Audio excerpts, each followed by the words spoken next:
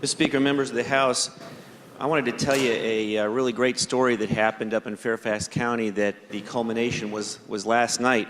You hear a lot about bipartisan. Everybody wants everybody to work in a bipartisan fashion. Well, occasionally, things like that really do happen in the real world. Let me tell you what happened in the Lorton area. In southern tip of Fairfax County, which is half of my district, Lorton, there used to be a D.C. prison. The D.C. prison was closed, and all of a sudden this place became a very desirable place to live. I've lived in Northern Virginia since 1970, and I have never, ever seen anything like it as far as development. In about 3 years, there were townhouses, apartments, single-family homes just plowed into this area. And when that happens, there's a lot of kids move in. The Fairfax County school system built a high school, South County Secondary School there, and within 1 year, they were on double shifts and about, I would estimate, between 15 to 20 trailers. 4 years ago, a group of parents from South County, including myself, actually. I don't have anything to do as a delegate. I tell my constituents with deciding what schools get built, but I'm a parent. And I joined a parent group of about 30 or 40 parents. And these people were all sorts of types. They were Republican primary voters.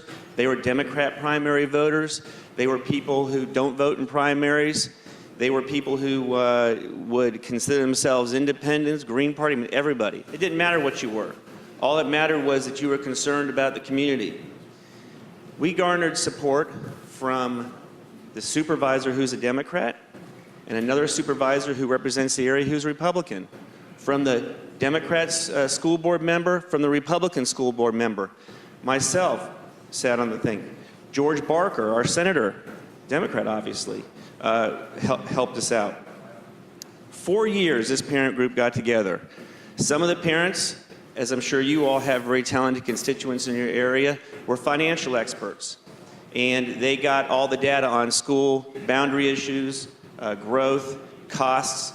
Another group went out to the private sector and tried to find private sector money, and they were actually successful in getting some private sector money. And then last night at 12:30 a.m., the school board voted to build the new South County Middle School.